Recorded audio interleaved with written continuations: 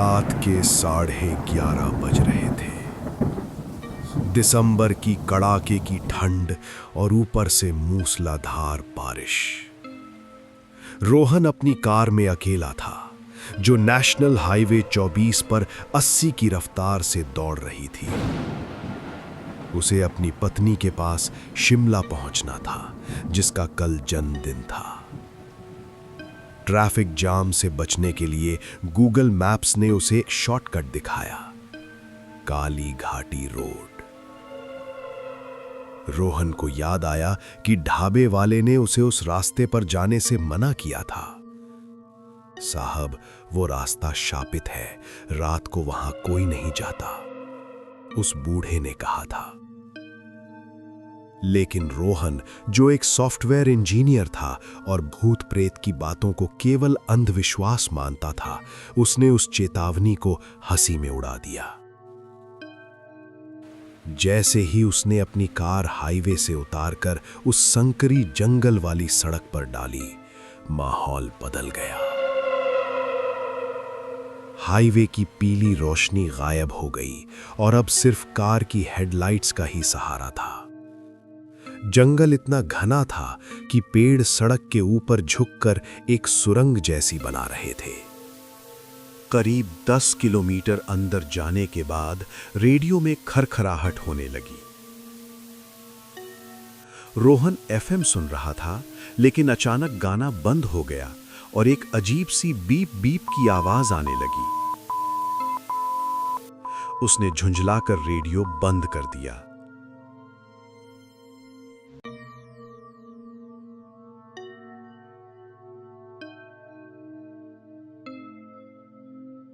तभी उसकी नजर रियर व्यू मिरर यानी पीछे देखने वाले शीशे पर पड़ी। पीछे घुप अंधेरा था, लेकिन उसे लगा जैसे पिछली सीट पर कोई बैठा है। उसने झटके से पीछे मुड़कर देखा, सीट खाली थी। सिर्फ उसकी अपनी जैकेट पड़ी थी।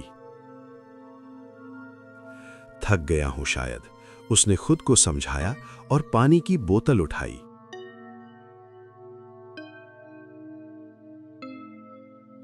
तभी कार के सामने से कुछ तेजी से गुजरा। रोहन ने पूरी ताकत से ब्रेक लगाया। कार चीखती हुई रुकी।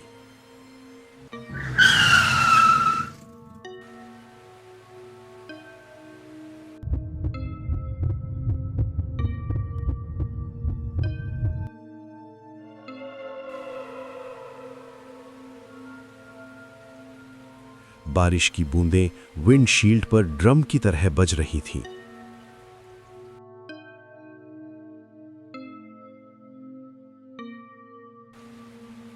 सामने कुछ नहीं था।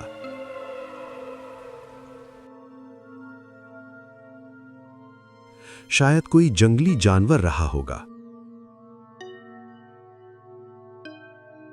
उसने फिर से गाड़ी स्टार्ट करने की कोशिश की।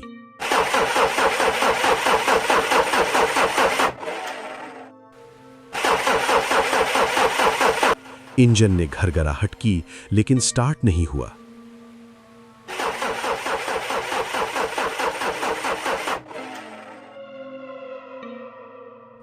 रोहन के माथे पर पसीना आ गया। बाहर तूफानी बारिश और अंदर सन्नाटा। उसने फिर चाबी घुमाई।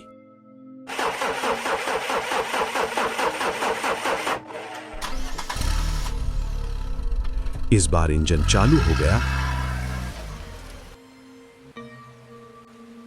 लेकिन हेडलाइट्स फड़फड़ाने लगी। रोहन ने गाड़ी आगे बढ़ाई।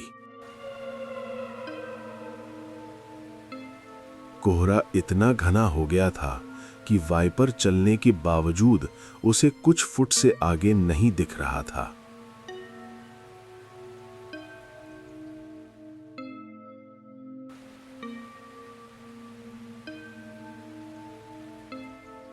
उसे लगा कि वो गोल गोल घूम रहा है। उसे याद आया कि उसने 10 मिनट पहले एक मील का पत्थर देखा था, जिस पर लिखा था शिमला 40 किलोमीटर। 10 मिनट ड्राइव करने के बाद उसे फिर वही पत्थर दिखा। शिमला 40 किलोमीटर। रोहन का दिल जोर से धड़कने लगा। शायद दूसरा पत्थर होगा, उसने सोचा। उसने एक्सेलरेटर पर पैर दबा दिया। कार 90 की स्पीड पर थी।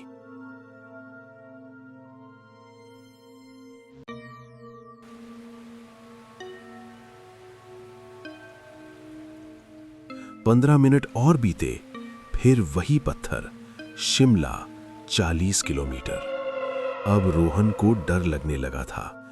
ये रास्ता खत्म क्यों नहीं हो रहा? और तभी उसने जो देखा, उसे देखकर उसका दिल उछलकर उसके मुंह में आ गया। सड़क के किनारे बारिश में भीगती हुई एक औरत खड़ी थी। उसने सफेद रंग की साड़ी पहनी थी, लेकिन उसका चेहरा बालों से ढका हुआ था। उसने हाथ हिलाकर लिफ्ट मांगी। रोहन का दिमाग चीख चीख कर कह रहा था, रुको मत। उसने गाड़ी की स्पीड और बढ़ा दी और उस औरत के पास से तेजी से निकल गया। जैसे ही वो आगे निकला, उसने आदत के मुताबिक रियर व्यू मिरर में देखा। वो औरत वहीं खड़ी थी। लेकिन अगले ही पल वो औरत कार के पीछे दौड़ने लगी।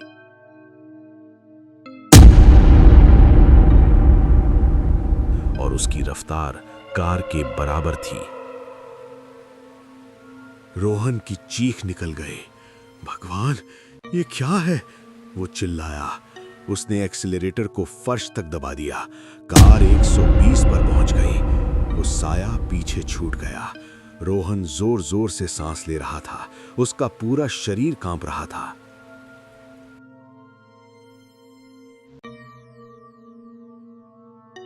अचानक कार का रेडियो अपने आप चालू हो गया। इस बार कोई गाना नहीं, बल्कि एक औरत के रोने की आवाज आ रही थी।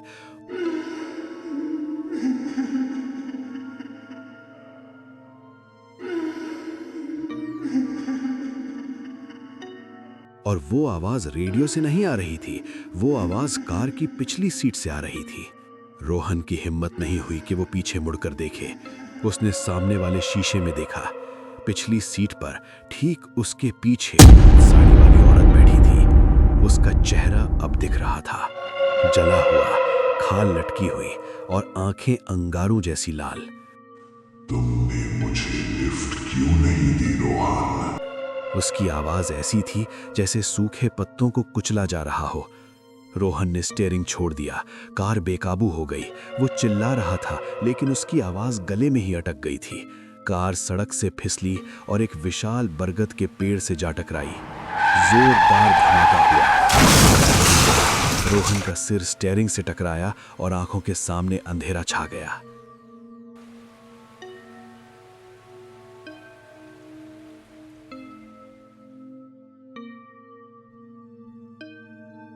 जब रोहन की आंख खुली तो सुबह हो चुकी थी। बारिश रुक गई थी और कोहरा छट चुका था। उसका सिर दर्द से फट रहा था और माथे से खून बह रहा था। वो जिंदा था। उसने राहत की सांस ली। शायद सब एक बुरा सपना था, उसने सोचा। उसने कार का दरवाजा खोलने की कोशिश की, लेकिन वो जाम था। उसने अपना फोन ढूंढा, लेकिन वो कहीं नहीं मिला। तभी उसने देखा कि उसकी कार के शीशे के बाहर कुछ लोग खड़े हैं, एक पुलिस वाला और कुछ गांव वाले। वे कार के अंदर झांक रहे थे, लेकिन वे रोहन को देख नहीं रहे थे। वे उसे नजरअंदाज कर रहे थे। बेचारा, एक गांव वाले ने कहा। शायद रात को गाड़ी पेड़ से टकरा गई। इतनी बुरी तरह जली है बॉडी कि पहचान में नहीं आ रही। रोहन सन्न रह गया। मैं यहां हूं, मुझे देखो, वो चिल्लाया और शीशे पर हाथ मारा, लेकिन उसके हाथ शीशे के आर पार निकल गए। उसने डरते हुए अपने हाथों को देखा। वे धुएं जैसे बन गए थे। उसने अपनी बगल वाली सीट पर देखा। वहां उसकी अपनी लाश पड़ी थी, स्टीयरिंग व्हील पर उसका कुचला हुआ शरीर। तभी उसे पिछली सीट से एक हंसी सुनाई दी।